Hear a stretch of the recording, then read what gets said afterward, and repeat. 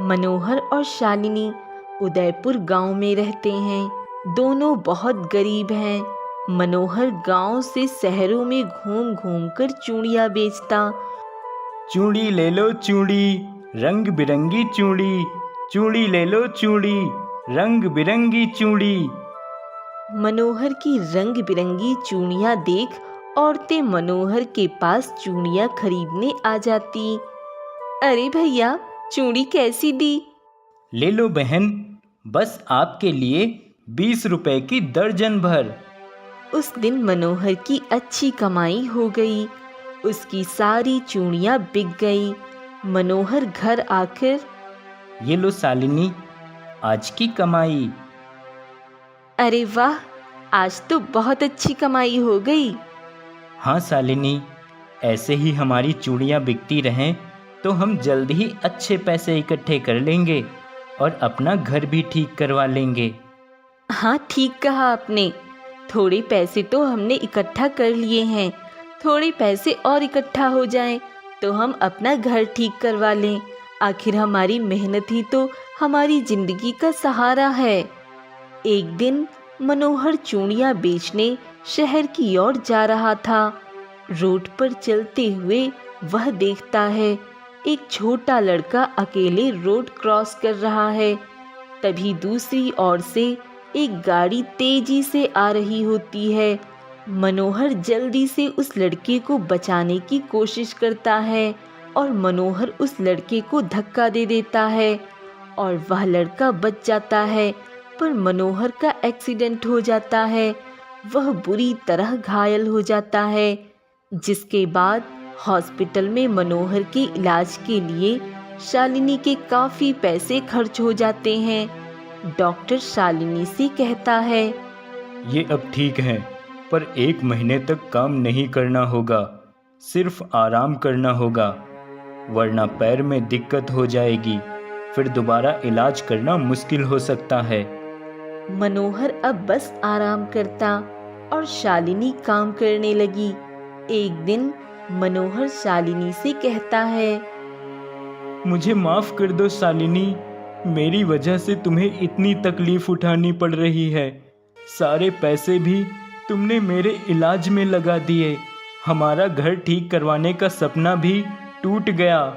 ये सब मेरी वजह से। ये सब आप क्या सोच रहे हो? आप सही सलामत हैं, यही मेरे लिए बहुत है। बस कुछ ही दिनों की तो बात है, आप जल्द ही चलने फिरने लगोगे। पर शालिनी, घर में तो बिल्कुल भी पैसे नहीं बचे होंगे, तुम घर कैसे चला पाओगी? आप बिल्कुल भी चिंता मत कीजिए, मैं कुछ ना कुछ कर लूंगी। शालिनी, मैं सोच रहा हूँ जब तक मैं चल नहीं सकता, क्यों ना हम बड़े भैया से मदद मांग लें। ठीक है, मैं बड़े भैया से कहकर देखती हूँ। मनोहर के कहने पर शालिनी मनोहर के बड़े भाई ब्रजेश और उसकी पत्नी मालती के पास जाती है, पर वो दोनों शालिनी की मदद करने से साफ इनकार कर देते हैं। दुखी होकर शालिनी वहाँ से चली जाती है। मुझसे मदद मांगने आई थी, छोटा भाई है तो क्या हुआ, मैं क्यों उसकी मदद करूं? उसने मेरे लिए किया ही क्या है आज तक। बिल्कुल सही किया आपने। बड़ी आई मदद मांगने वाली। मुझे तो वैसे भी इस शालिनी से जलन होती है। कुछ दिन बाद मनोहर पूरी तरह ठीक हो जाता है और चलने फिरने लगता है। शालिनी, मैं अब पूरी तरह से ठीक हूँ, तो मैं सोच रहा हूँ कहीं काम ढूंढ लूँ, क्योंकि चूड़ियाँ बेचने के लिए तो अब पैसे हैं नहीं, तो काम ही ढूंढना पड़ेगा। ठीक होते ही मनोहर काम ढूंढने लगता है, पर उसे कहीं कोई काम नहीं मिलता। शालिनी, काम तो कहीं नहीं मिला। सोच रहा हूँ क्यों ना लकड़ियाँ काटकर ही कुछ पैसे कमा लूँ। ये कहकर मनोहर जंगल में लकड़ियाँ काटने आ जाता है। वहीं उसकी नज़र एक बकरी पर पड़ती है, जो काफी घायल होती है। अरे, इस बकरी को तो बहुत चोट लगी है। किसकी होगी ये बकरी? यहाँ ऐसे घायल अकेले पड़ी है, यहाँ तो कोई दिखाई नहीं दे रहा। मनोहर उस बकरी को घर ले आता है। शालिनी, ये बकरी को बहुत चोट लगी है। जंगल में मुझे ये अकेले पड़ी मिली, इसीलिए इसे मैं घर ले आया। तुम इसे दवा लगा दो तो ये ठीक हो जाएगी। शालिनी बकरी को दवा लगाती है और उसकी अच्छे से देखभाल करती है। जल्द ही वह बकरी ठीक हो जाती है।